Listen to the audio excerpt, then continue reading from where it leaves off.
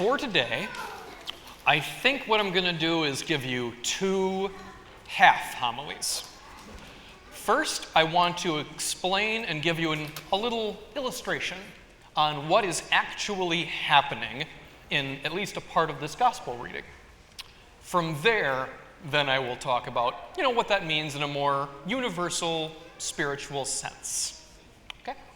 So, in this gospel reading, James and John, we hear about the cup of Jesus. And James and John ask to drink from that cup at Christ's side as an honor for themselves. Well, guess what? Jesus isn't the only one with a fancy special cup. This is my tea, Earl Grey, hot cup. So named because it is remarkably similar to the cup that Jean-Luc Picard drinks his tea, Earl Grey hot, in at Star Trek The Next Generation. And even though I drink coffee and not Earl Grey tea, it still fills me with glee and delight. And it's my most spinnable cup, and I've had it for 14 years. It's my favorite coffee cup. My juice, please, monsieur. Now, parents, don't worry, this is non-alcoholic. Now, this decanter, it was a present from my sister. It looks so cool when it's filled with red wine. Now it just looks like a gigantic beaker. That's plenty, thank you. Way too much, actually. So, do I have a James and a John in the church today? Is anyone brave and honorable enough to drink from my cup? Okay, you're all smarter than James and John. Well done indeed. You may want to take a sniff of that.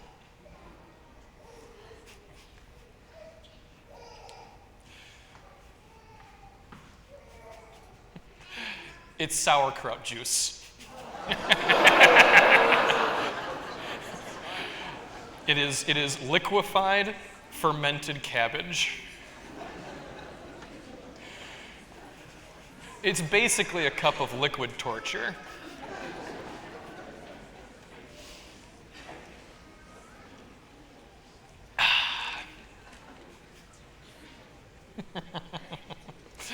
So, assuming that someone actually tried to drink from this, you may very well laugh at my horrible sense of taste. My friends certainly do. If someone tried to drink out of this, though, that would have been exactly what was going on in our gospel reading today. James and John say, Jesus, man, it would be so awesome. You gotta smell that, it's awesome.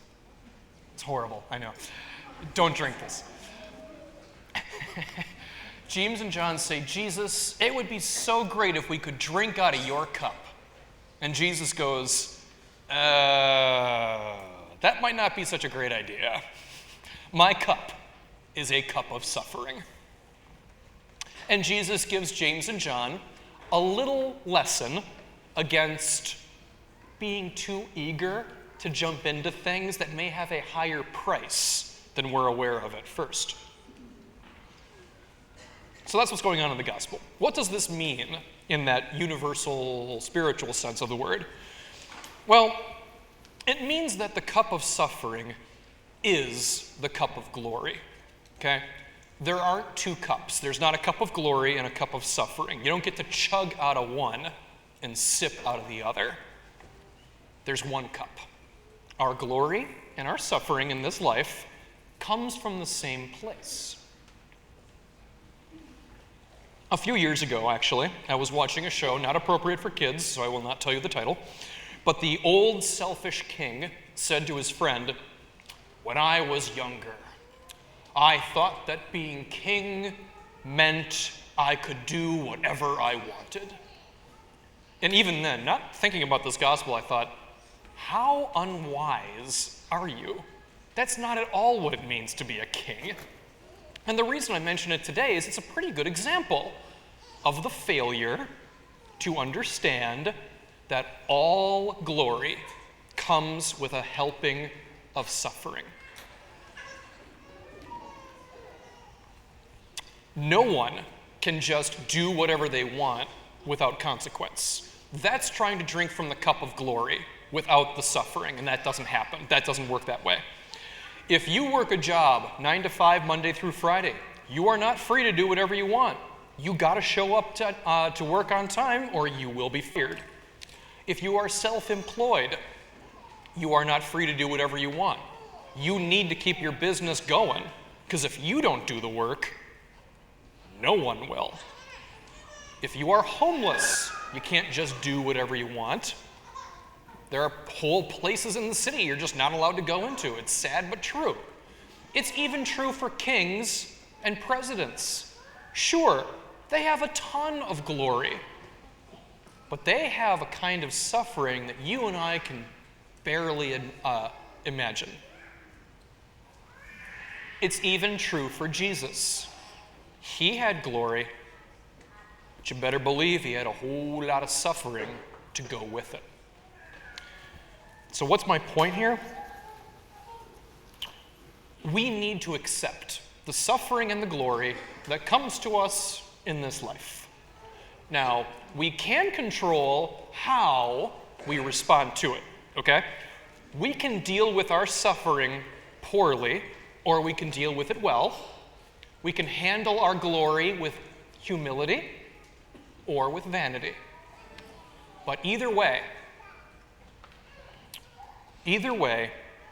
it is ultimately God who fills our cup and assigns the seating arrangement in life.